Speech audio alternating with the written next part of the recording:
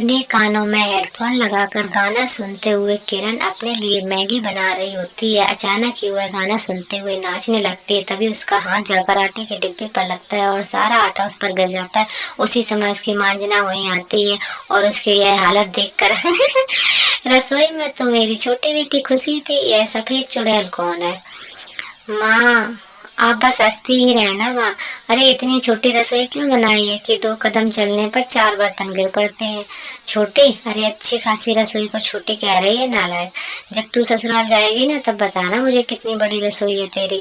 जैसी भी होगी लेकिन इससे तो ज्यादा जगह होगी मेरे ससुराल की रसोई में। हाँ हाँ, तेरी सास रसोई नहीं तेरे लिए खास रसोड़ा बनवाएगी ना।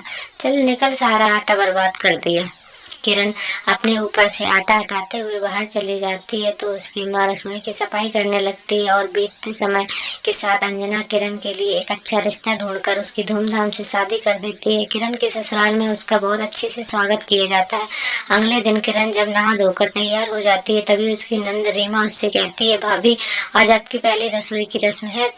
माँ तो अभी तक उठी ही नहीं है, इसलिए मैं आपको रसोई दिखा देती हूँ। हाँ हाँ, क्यों नहीं, चलो। वैसे भी मैंने सोच लिया था कि मुझे आज बनाना है। किरण रीमा के साथ खुशी खुशी रसोई में जाती है लेकिन वहां पहुंचकर वह हैरान रह जाती है क्योंकि रसोई बहुत छोटी थी। भाभी, ये हमारे घर की रसोई है। यहाँ मसाले हैं, वहाँ बर्तन है, बाकी जरूरत का सामान नीचे है। रीमा, यह रसोई तो शुरू होते ही खत्म हो गई। मतलब इतनी छोटी रसोई में खाना कैसे बनाऊंगी? जैसे मैं बनाती थी। चलिए भाभी, रसोई का साइज मत देखिए बल्कि अपने हाथों का हुनर दिखाइए। इतना कहकर रीमा किरण को रसोई में छोड़कर चली जाती है। किरण रसोई देखकर बड़बड़ा हुए खाना बनाना शुरू करती है लेकिन रसोई छोटी होने के कारण खाना बनाते हुए किरण से बार बार रसोई में कुछ ना कुछ गिरता ही रहता है। रसोई से बर्तन के खटपट और गिरने की आवाज सुनकर बाहर हॉल में बैठी किरण की सास सुजाता कहती, हाय हाय, इतनी खटपट क्यों हो रही है रसोई में? कौन है रसोई में? माँ, भाभी है रसोई में, शायद सामान ढूंढने में दिक्कत हो रही होगी। अरे फिर भी इतनी आवाज करने की क्या मतलब? हमारा तो ठीक है, पड़ोसी सुनेंगे तो कहेंगे कि जरूर घर में कलेश हो रहा होगा। रसोई से आ रही आवाज से परेशान होकर सुजाता रसोई में पहुंचती है और गुस्से से कहती है, बहू तू खाना बना रही है या कुछ लड़ रही है? अब इस चिंदी सी जगह में कोई कुश्ती कैसे लड़ सकता है? क्या कहा तूने? कुछ नहीं माँ जी, खाना ही बना रही हूँ पर इधर उधर जाते हुए बर्तन गिर पड़ते हैं। ठीक है ठीक है, थोड़ा ध्यान से और जल्दी खाना बना ले, सभी इंतजार कर रहे हैं। जी माँ जी, बस हो गया। कुछ ही देर में किरण सभी के लिए खाना बनाकर लाती है और सभी उसके खाने की तारीफ भी करते हैं लेकिन अपनी तारीफ सुनने के बाद भी किरण खुश नहीं होती क्योंकि वह अपनी छोटी रसोई में जाना नहीं चाहती। अगले दिन सुबह की चाय बनाते हुए उसके हाथ पर चाय गिर जाती है तो वह गुस्से में कहती है, इतनी जगह भी नहीं है कि ठीक से कप से चाय डाल सकूं। अरे इससे अच्छी तो मेरी मायके की रसोई थी, कम से कम 2 इंसान एक साथ खड़े हो सकते थे। किरण, अरे चाय बनी कि नहीं? हाँ बन गई, बस ला रही हूँ। कुछ देर में सबको चाय देने के बाद किरण अपनी सास के कमरे में चाय लेकर पहुंचती है तो इतना बड़ा आलीशान कमरा देखकर उसके हाथ से चाय का कप छूट गिर जाता है जिसकी आवाज से सुजाता की आंख खुल जाती है। बहू, क्यों मेरे घर में बर्तन का नाश कर रही है? तो मुझे आवाज देकर भी तो जगा सकती थी। माफ करना माँ जी, पता नहीं कब हाथ से छूट गया, मैं अभी साफ कर देती हूँ। खुद का इतना बड़ा और आलीशान कमरा और घर की रसोई छोटी गुफा जैसी बना रखी है। माँ जी तो बड़ी चालाक निकली। अपनी सास का बड़ा कमरा देखकर किरण दंग रह जाती है और वह शाम को अपने पति से घर लौटने पर उससे कहती है, सुनो जी, माँ जी का कमरा तो इस घर से सभी कमरों से बहुत बड़ा है। हाँ, क्योंकि माँ के छोटे कमरे में घुटन होती थी इसलिए पिताजी ने उनके लिए एक कमरा बनवाया था। तुम क्या पूछ रही हो? कहीं इस कमरे में तुम्हारी नजर तो नहीं है? कैसी बात कर रहे हैं आप? मेरे कहने का मतलब है कि इतना कमरा बड़ा बनवाया तो रसोई बनाने में कंजूसी क्यों कर दी पिताजी ने? इतनी छोटी रसोई है कि मेरा तो रसोई की तरफ देखने का भी मन नहीं करता।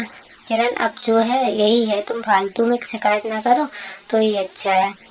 मैं थक गया हूँ, जा रहा हूँ फ्रेश होने।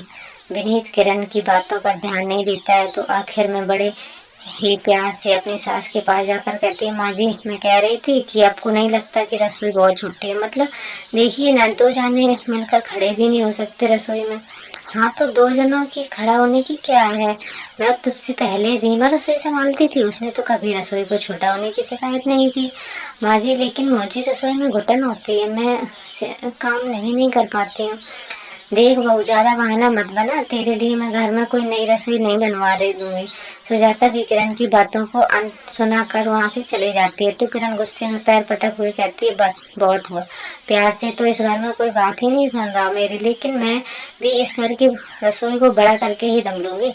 किरण अब ठान लेती है कि वह किसी भी तरह अपनी छोटी रसोई को बड़ा करवा कर ही दम देगी। उसके लिए अब वह रसोई में काम करती थी, पहले से ज्यादा तोड़ फोड़ करती तो और भी कोई रसोई का नल तो खराब कर देती, तो कभी जानबूझकर रसोई की सफाई नहीं करती। एक दिन घर में राशन बर्बाद हुए तो आधा राशन अपने सास के कमरे में रखवा देती। हाँ भैया सब राशन यहीं रख दीजिए और आप जाइए। बहू ये मेरा कमरा है, भंडार कर नहीं है, तो राशन का सामान यहाँ क्यों रखवा रही है? क्या करूँ माँ जी, रसोई में ये सब सामान आ नहीं रहा है और फिर आपका ये इतना बड़ा कमरा कब काम आएगा?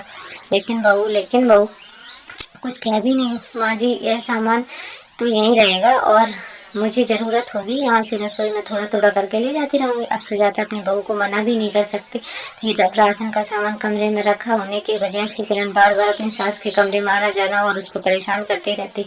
लेकिन हद तो तब हो जाती है जब इतना करने के बाद भी सुजाता को कोई फर्क नहीं पड़ता।